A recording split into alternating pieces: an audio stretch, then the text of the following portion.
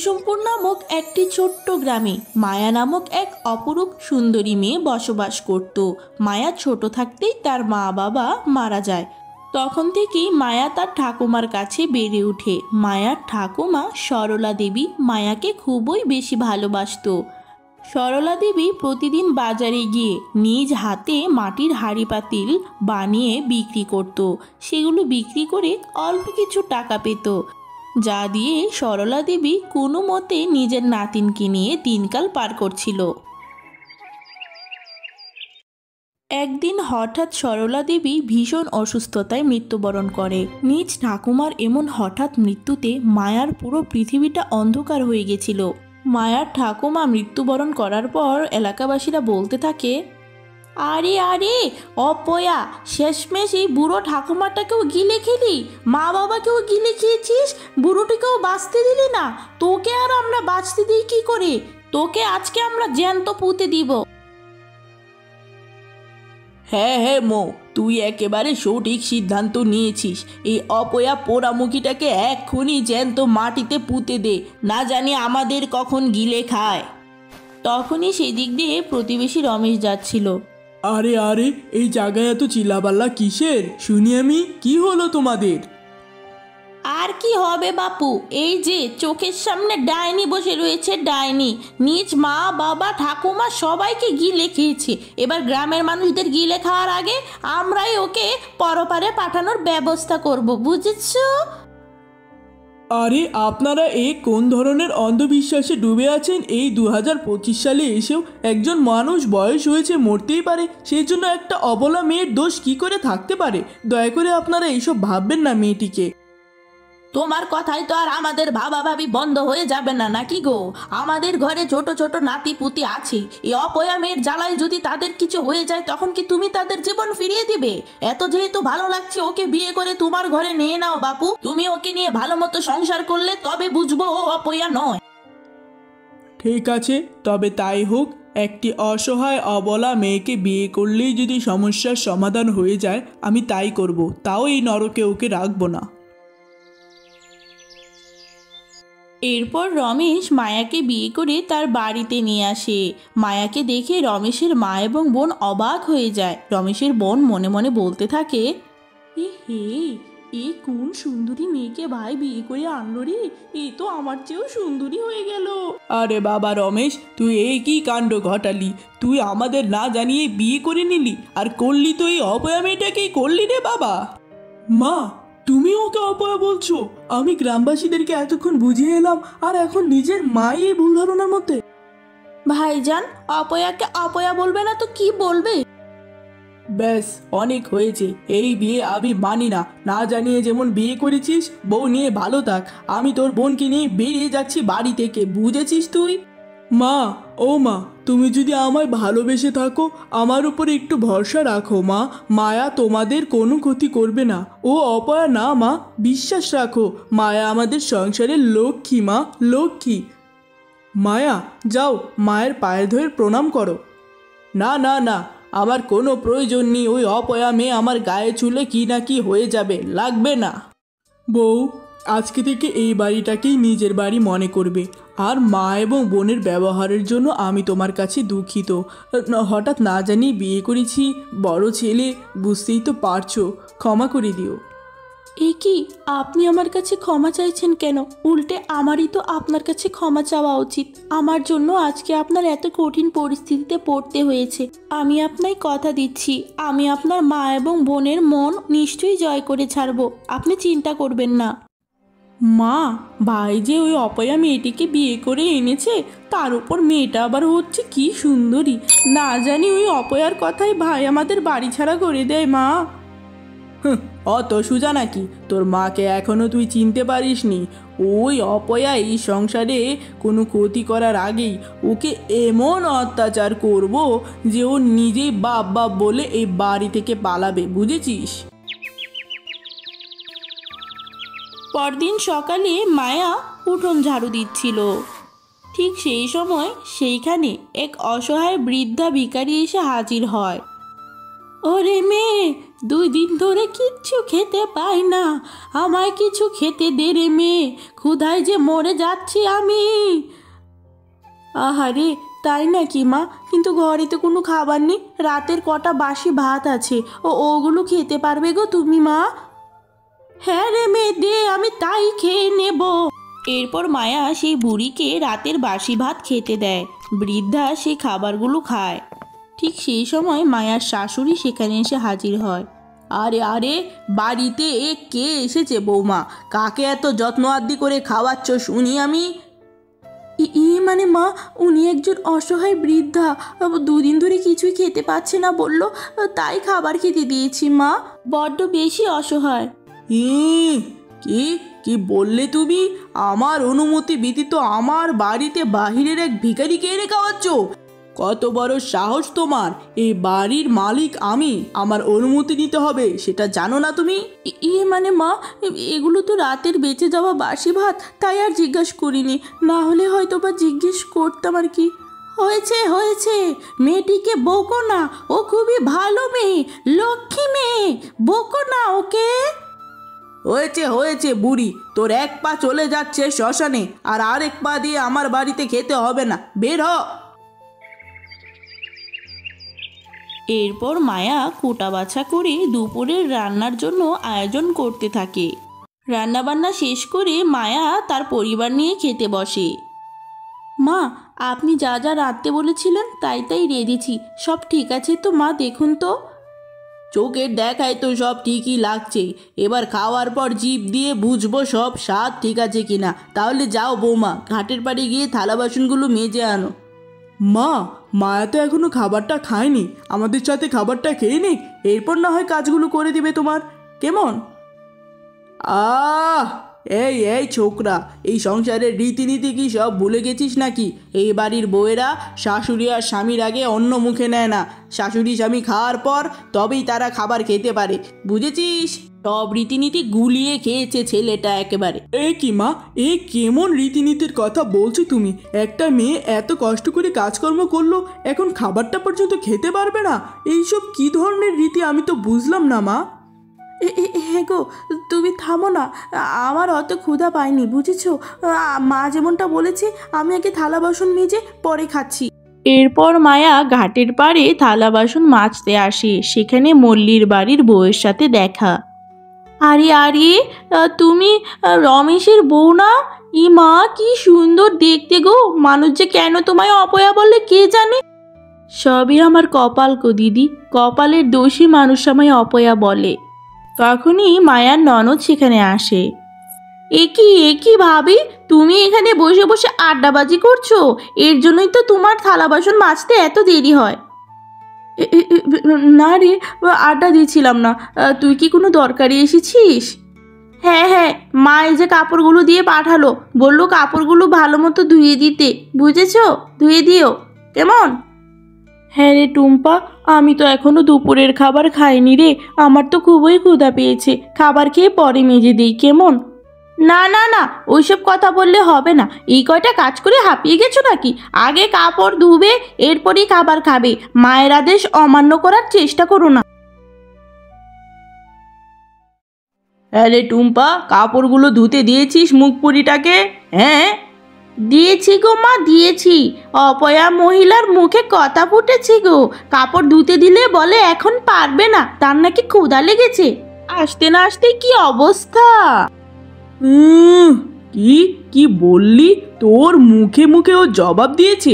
হঠাৎ করে পোড়ামুখিটা এত সাহস কি করে পেলো? পাবে না কেন? ঘাটের পাড়ে গিয়ে দেখি তোমার বান্ধবীর ছেলের বউ, ওই যে কণিকা ওর মাথাটা নষ্ট করছে আমাদের বিরুদ্ধে, বুঝেছো? কি কি বললি? কণিকার এত সাহস? চল তো। সঙ্গে সঙ্গে বিমলা দেবী তার মেয়ে টুম্পাকে নিয়ে তার বান্ধবী সুনয়নার বাড়িতে যায়।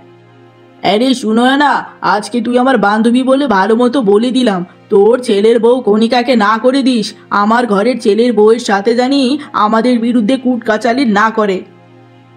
কি রে বিমলা, তুই এইসব কি বলছিস? আমার ছেলের বউ তোদের বিরুদ্ধে কুটকাচালি করতে যাবে কেনে? সুনয়না কাকিমা, আমি নিজের কান দিয়ে শুনেছি তোমার এই ছেলের বউ আমাদের ভাবির সাথে বসে বসে কুটকাচালি করছিল। এই এই কি কুটকাচালি করছিলাম বল তো, বল শুনি আমি, বল। এই এই শুনো না, তোমার ছেলের বউয়ের মুখে তালা লাগাতে বলো।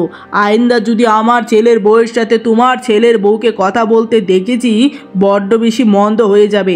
তাছাড়া ওই অপয়া মেয়ের থেকে তোমার ছেলের বউকে দূরে রাখো, না হলে তোমাদের পরিবারেও তো বিপদ আসতে পারে নাকি। মাথায় ঢুকিয়ে নাও কথাটা। এই কণিকা, এই এরপর থেকে বিমলার ছেলের বউয়ের সাথে ভুলেও কথা বলবি না। ওই মেয়ে একটা অপয়া, সেটা কি ভুলে গেছিস নাকি তুই? অন্যদিকে মায়াবতী বলতে থাকে, ইসি, সে কত বেলা হয়ে গেল, এখনো খাবার খেতে পেলাম না। খাবার না খাওয়ার কারণে হাতগুলোর মধ্যে কোনো শক্তি পাচ্ছি না। ঠাকুমা যদি থাকতো আমাকে সে কখন খাইয়ে দিত। ঠিক তখনই তার শাশুড়ি আর ননদ সেখানে এসে হাজির হয়। এই মুখ পুরি অপয়া, সে কখন কয়টা কাপড় ধুতে পাঠিয়েছি, এখনো তোর কাপড়গুলো ধোয়া হলো না? হাতের মধ্যে কি শক্তি নেই? মানে মা, কাপড়গুলো অনেক ময়লা তো, তাই দেরি হচ্ছে ধুতে, এই আর কি।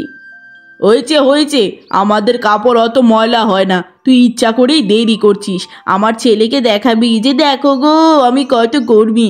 জলদি জলদি ফটাফট কাপড় ধুয়ে ঘরে আয়। আর দেখো, ওখানে কিন্তু আমার অনেক দামি দামি পোশাক আছে, ওগুলো আবার ছিঁড়ে ফেলো না কিন্তু, তোমাকে বেচলেও সেগুলো আর পাওয়া যাবে না। ঠিক আছে, চিন্তা করিস না, কিচ্ছু হবে না। রাত্রেবেলা হঠাৎ মায়ার স্বামী রমেশ অনেক বেশি অসুস্থ হয়ে বিছানায় পড়ে যায়। হ্যাঁ গো স্বামী, তোমার হঠাৎ কি হলো? তোমার গায়ে এত জ্বর, বিছানায় পড়ে আছো, উঠতে পারছো না? ডাক্তার ডাকবো? না গো বউ, খামাখা ডাক্তার ডেকে টাকা পয়সা নষ্ট করার প্রয়োজন নেই। শরীরটা হঠাৎ করেই বড্ড বেশি খারাপ, বুকের ভেতরটা চিনচিন করে ব্যথা করছে, মনে হচ্ছে আমি মরে যাব বউ। একি এইসব কি অলক্ষণে কথা মুখে আনছো? এইসব কথা মুখেও আনবে না, তুমি আমায় ছেড়ে কোথাও যাবে না, বুঝেছো? পরদিন সকালে মায়া অনেক ডাকাডাকির পরেও তার স্বামী আর ঘুম থেকে ওঠে না। রমেশ ততক্ষণে পৃথিবীর মায়া ত্যাগ করে পরপারে পাড়ি জমিয়েছিল। তুমি আমার ছেলে কেন চলে গেলে? আমি যে আবারও একা হয়ে গেলাম। মা, টুম্পা, তোমরা কোথায়? এদিকে আসো, আমার সর্বনাশ হয়ে গেল। অবশেষে সবাইকে কাঁদিয়ে রমেশের শেষকৃত্য সম্পন্ন হয়। পরিবারের সকলের উপর ভীষণ শোকের ছায়া নেমে এসেছিল। কি রে অপয়া ডাইনি, অবশেষে আমার ছেলেটাকে তুই গিলেই নিলি। মা, ভাইকে আমরা কত না করেছিলাম, ভাই আমাদের কথা না শুনেই অপয়া মুখপুরিটাকে বাসায় জায়গা দিয়েছে। এক্ষুনি এর হাত পা ভেঙে বাড়ি থেকে তাড়িয়ে দাও। না না না, ওকে বাড়ি থেকে তাড়াবো না।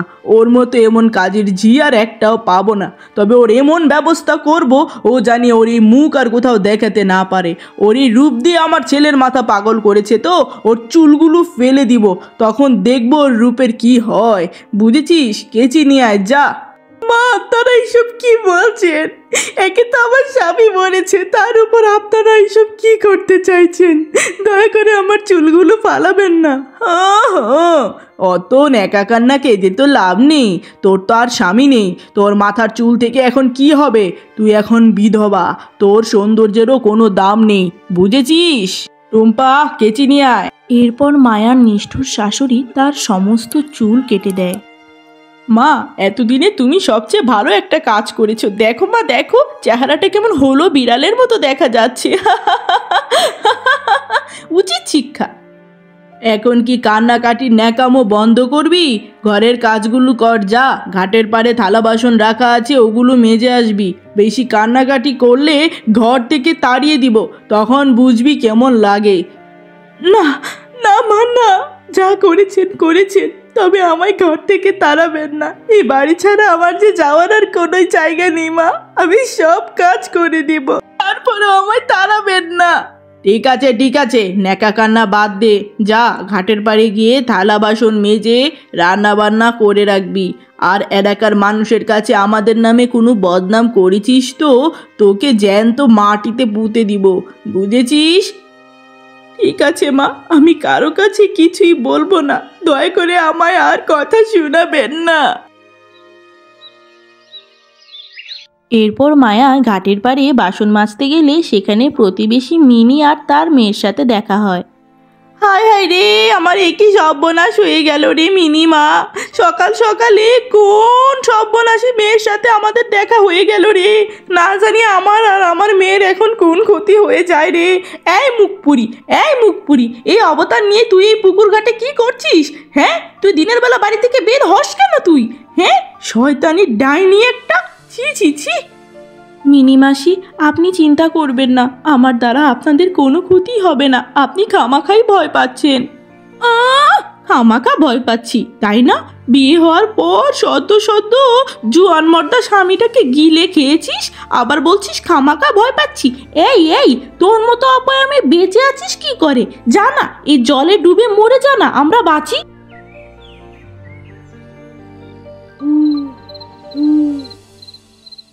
রাত্রেবেলা মায়া তার স্বামীর ছবি নিয়ে বলতে থাকে, হ্যাঁ গো স্বামী, যখন সবাই আমায় অপয়া বলে মেরে ফেলতে চাইছিল, সেই জায়গা থেকে তুমি আমায় তোমার ঘরের বউ করে এনেছিলে। আর আজ সেই তুমি আমায় ছেড়ে চলে গেলে, আমি যে আবারও সমাজে এক মস্ত বড় অপয়া রূপে পড়ে গেলাম।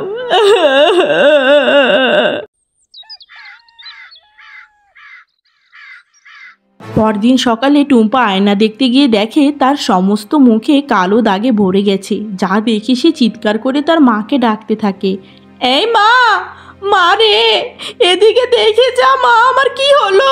আরে বাবা, কি হয়েছে? চান করতে যাচ্ছি, মুখটা যেন কেমন জ্বালাপোড়া করছে। এমা এমা, তোর মুখে কি এইসব? হ্যাঁ বল, কি মেখেছিস? আরে দূর, কিচ্ছু মাখিনি। সকালবেলা হঠাৎ উঠে দেখছি মুখে এইসব কি বেরিয়েছে। ও মা, তোমার মুখেও তো এইসব কালো দাগে ভরে গেছে। মা, আমাদের কি হলো হঠাৎ? মা বলো না মা। হ্যাঁ, কিরে, আমার মুখেও এইসব হয়েছে নাকি? তাই তো বলি, আমার মুখটা জ্বালাপোড়া করছে কেন? হঠাৎ এমন কেন হলো রে? বুঝলাম না তো। বুঝবে না? কেন বুঝবে না? তোমায় তো বলেছিলাম আমার ভাই মরার পরে ওই অপয়া মেয়েটাকে বাড়ি থেকে তাড়িয়ে দাও। না, কাজের ঝিয়ের শখ নাও, এবার বোঝো কাজের ঝিয়ের মজা। ওর পাপে আমাদের এই অবস্থা হয়েছে, বুঝেছো? ও একটা অপয়া। হ্যাঁ রে মা, ঠিক বলেছিস। চল, আজকে আর ওই মুখপুরিটাকে এই বাড়িতে জ্যান্ত রাখবো না, চল। তারা ঘরে এসে দেখে মায়া ঘুমাচ্ছে। দেখেছো দেখেছো মা, আমাদের বুকে আগুন জ্বালিয়ে নিচে কি সুন্দর নাক ডেকে ঘুমাচ্ছে। হ্যাঁ, দে দে, ওর কোমর পাচিয়ে একটা লাথি দে রে মা। উঠ উঠ শয়তানি। কি হয়েছে টুম্পা? অত জোরে মারলে কেন? এ কি, তোমাদের মুখে এসব কি হয়েছে? মা, কি হয়েছে আপনার? হ্যাঁ, না জানার ঢং করছিস ইচ্ছা করে তুই, তাই না? তোর মাথার চুল কেটে দিয়েছি বলে তুই ইচ্ছা করে আমাদের মা বেটির এই অবস্থা করেছিস, তাই না? সব বুঝি কিন্তু। এ কি বলছো বোন? আমি কিচ্ছু করিনি, বিশ্বাস করো, আমি কিচ্ছু করিনি। চুপ কর বাদর মুখ, তোর কথা আমরা বিশ্বাস করব বলে তোর মনে হয়? বাঁচতে চাইলে চুপচাপ এই ঘর থেকে বেরিয়ে যা, না হলে আজ তোকে মেরেই ফেলবো। এরপর অসহায় মায়াকে তার শাশুড়ি এবং ননদ তাড়িয়ে দেয়। মায়া মনের দুঃখে গহীন জঙ্গলের দিকে হাঁটতে থাকে। হাঁটতে হাঁটতে মায়া পুকুর পাড়ের একটি গাছতলায় বসে। না, আজ সত্যি নিজেকে বড্ড বেশি অপয়া মনে হচ্ছে। লোকেরা ঠিকই বলে আমি সত্যি এক অপয়া। আমার সাথে যারাই থেকেছে তাদেরই কোনো না কোনো ক্ষতি হয়েছে। আমার মতো অপয়ামের বেঁচে থাকার আর কোনোই মানে নেই। এই সমুদ্রের পানিতে ডুবে আমি আমার নিজের জীবনটাই দিয়ে দিব। তখনই সেই বুড়ি সেখানে এসে হাজির হয়। এ কি বুড়িমা, তুমি এখানে কেন? আমি এখানে কেন সেটা জানার আগে তুই আমায় বল, তুই এখানে কেন? আর তোর এই অবস্থা কে করলো? ভালো মেয়ে, বল বল আমায়, কি হয়েছে তোর? এরপর মায়া বুড়ির কাছে সমস্ত ঘটনা খুলে বলতে থাকে। ঘটনা বলতে বলতে মায়া অঝরে কাঁদতে থাকে। বুড়ি সমস্ত কিছু শুনে অবাক হয়ে যায়। এরপর বুড়ি ফিস ফিস করে মন্ত্র পড়তে থাকে। মন্ত্র পড়ার সঙ্গে সঙ্গে মায়া অপরূপ সুন্দরী কন্যাতে পরিণত হয়ে যায়। তার মাথায় ছিল লম্বা কালো কেশ। নিজেকে দেখে মায়া চিনতেই পারছিল না। এমন সুন্দর অবতার দেখে মায়া বুড়িকে বলে, এ কি বুড়িমা, তুমি এই জিনিস কেমন করে করলে? তুমি আমায় এত সুন্দরী কেমন করে করলে গো? বলো আমায়, বলো না বুড়িমা। এরপর সেই বুড়ি মায়ার কথায় কোনো উত্তর না দিয়ে আবারও মন্ত্র পড়তে থাকে এবং সঙ্গে সঙ্গে আলো ঝলমলে হয়ে একটি পানি ভরা পাত্র হাজির করে। এই নে, এই পাত্র নিয়ে তোর শাশুড়ি আর ননদের গায়ে পানিটা ঢেলে দিবি, তারা আবার ঠিক হয়ে যাবে, তোর ঘাড় থেকে অপয়ার বোঝা নেমে যাবে, যা। ও বুড়িমা, তুমি এই সব কিছু কেমন করে করছো আমি জানি না, তবে তুমি যা করেছো তার জন্য আমি তোমার কাছে চিরকৃতজ্ঞ থাকবো। ধন্যবাদ। ধন্যবাদ দিতে হবে না মেয়ে, তুই বড্ড লক্ষ্মী মেয়ে। তুই সেই দিন আমার ক্ষুধা নিবারণ করেছিলি, আজকে এটা তোর সেই ভালো কাজেরই সামান্য প্রতিদান মাত্র। যা, সুখে থাক। এরপর মায়া সেই জাদু হাড়ি নিয়ে বাড়ির দিকে যেতে থাকে। বাড়িতে গিয়ে মায়া সেই হাড়ির পানি তার শাশুড়ি এবং ননদের গায়ে ঢেলে দেওয়ার সঙ্গে সঙ্গে তারা আবার আগের রূপে ফিরে আসে। এরপর মায়ার শাশুড়ি তাকে বলে, হ্যাঁ রে মায়া বৌমা, তোকে অপয়া অপয়া বলে কত অত্যাচার করেছি, কষ্ট দিয়েছি, আর আজ সেই তুই আমাদের সারিয়ে তুললি। তুই আমাদের ক্ষমা করে দিস মা, বড্ড ভুল হয়েছে। হ্যাঁ গো ভাবি, তুমি ঘরের বড় ভাবি থাকা সত্ত্বেও তোমায় অনেক অসম্মান করেছি, তারপরেও তুমি কোনোদিন কিচ্ছু বলনি। তুমি আমাকেও ক্ষমা করে দিও ভাবি, তুমি আসলেও আমাদের ঘরের লক্ষ্মী। না রে বোন, তুই আমার কাছে ক্ষমা চাস না, তুই তো আমার ছোট বোনের মতো। সংসারে একসাথে থাকতে নিলে ভুল বুঝাবুঝি হবে, দিন শেষে মিলে গেলে সেটাই সার্থকতা।